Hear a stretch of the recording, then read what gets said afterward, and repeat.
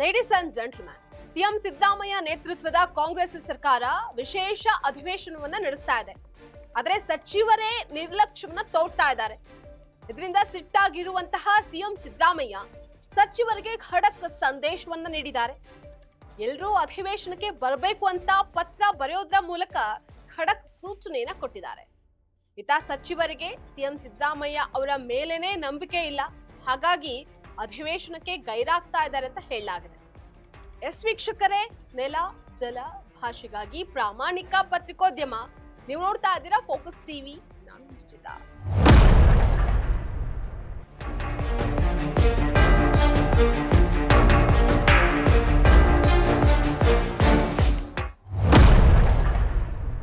ಮನ್ರೇಗಾ ಹೆಸರನ್ನ ಬದಲಿಸಿ ವಿಬಿಜಿ ರಾಮ್ಜಿ ಯೋಜನೆಯಿಂದ ಕೂಲಿ ಕಾರ್ಮಿಕರಿಗೆ ಅನ್ಯಾಯ ಆಗ್ತಾ ಇದೆ ಅಂತ ರಾಜ್ಯ ಸರ್ಕಾರ ವಿಶೇಷ ಅಧಿವೇಶನವನ್ನ ನಡೆಸಲಾಗ್ತಾ ಇದೆ. ಆದ್ರೆ ರಾಜ್ಯದ ಸಚಿವರಿಗೆ ಸಿಎಂ ಸಿದ್ದರಾಮಯ್ಯ ಅವರ ನಡೆ ಮೇಲೆ ನಂಬಿಕೆ ಇಲ್ಲ ಅನ್ನುವಂತೆ ತೋರ್ತಾ ಇದೆ. ವಿಶೇಷ ಅಧಿವೇಶನಕ್ಕೆ ರಾಜ್ಯದ ಸಚಿವರು ಗೈರಾಗ್ತಾ ಇದ್ದಾರೆ. ಇದರಿಂದ ಗರಂ ಆದ ಸಿಎಂ ಸಿದ್ದರಾಮಯ್ಯ ಪತ್ರ ಬರೆಯೋದ್ರ ಮೂಲಕ ಸಚಿವರಿಗೆ ಖಡಕ್ ವಾರ್ನಿಂಗ್ ಅನ್ನ ಕೊಟ್ಟಿದ್ದಾರೆ. ಅಧಿವೇಶನ ನಡೆಯುವಾಗ ಸಚಿವರು ಗೈರಾಗ್ತಾ ಇರೋದು ಯಾಕೆ ಅಂತ ಸಿಡಿಮಡಿಕೊಂಡಿದ್ದಾರೆ.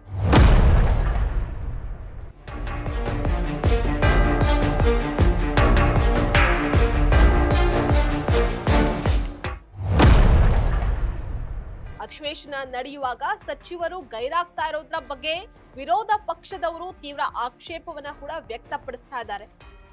ಜವಾಬ್ದಾರಿಯುತ ಸ್ಥಾನದಲ್ಲಿರುವಂತಹ ಸಚಿವರು ಸದನದಲ್ಲಿ ಇರೋದಿಲ್ಲ. ಇದು ಸಾರ್ವಜನಿಕ ವಲಯದಲ್ಲಿ ತಪ್ಪು ಸಂದೇಶ ರವಾನೆ ಆಗೋದಕ್ಕೆ ಕಾರಣ ಆಗುತ್ತೆ. ಅಧಿವೇಶನ ನಡೀತಾ ಇರುವಾಗ ಸಚಿವರು ಯಾವುದೇ ಸಭೆ ಸಮಾರಂಭ ಆಯೋಜನೆ ಮಾಡ್ಕೊಳ್ಳೋದು ಬೇಡ. ಖುದ್ದಾಗಿ ಎಲ್ಲರೂ ಕೂಡ ಸದನದಲ್ಲಿ ಹಾಜರಾಗಬೇಕು.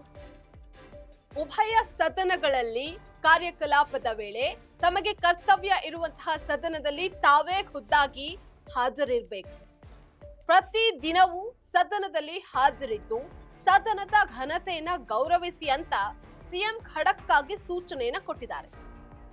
ಸಚಿವರು ಅಧಿವೇಶನಕ್ಕೆ ಬಾರದೆ ಗೈರಾಗೋದು ಇದೇ ಮೊದಲೇನಲ್ಲ. ಪ್ರತಿ ಬಾರಿ ಅಧಿವೇಶನ ನಡೆದಾಗ್ಲೂ ಕೂಡ ಸಚಿವರು ಗೈರಾಗ್ತಾನೆ ಇರ್ತಾರೆ. ಸ್ಪೀಕರ್ ಆದವರು ಇದ್ರ ಬಗ್ಗೆ ಟೀಕೆ ಮಾಡ್ತಾನೆ ಇರ್ತಾರೆ. ನಿರ್ಣಾಯಕ ಚರ್ಚೆಗಳ ಸಂದರ್ಭದಲ್ಲಿ ಸಮಯದಲ್ಲಿ ಆಯಾ ಇಲಾಖೆಯ ಸಚಿವರು ಗೈರಾಗೋದು ಸರ್ಕಾರಕ್ಕೆ ಅವಮಾನದ ಸಂಗತಿಯಾಗಿದೆ. ಇದಾಗಿತ್ತು ಇವತ್ತಿನ ಫೋಕಸ್ ಸ್ಪೆಷಲ್ ಸ್ಟೋರಿ. ನೆಲ ಜಲ ಭಾಷೆಗಾಗಿ ನೋಡ್ತಾ ಇರಿ ಫೋಕಸ್ ಟಿವಿ.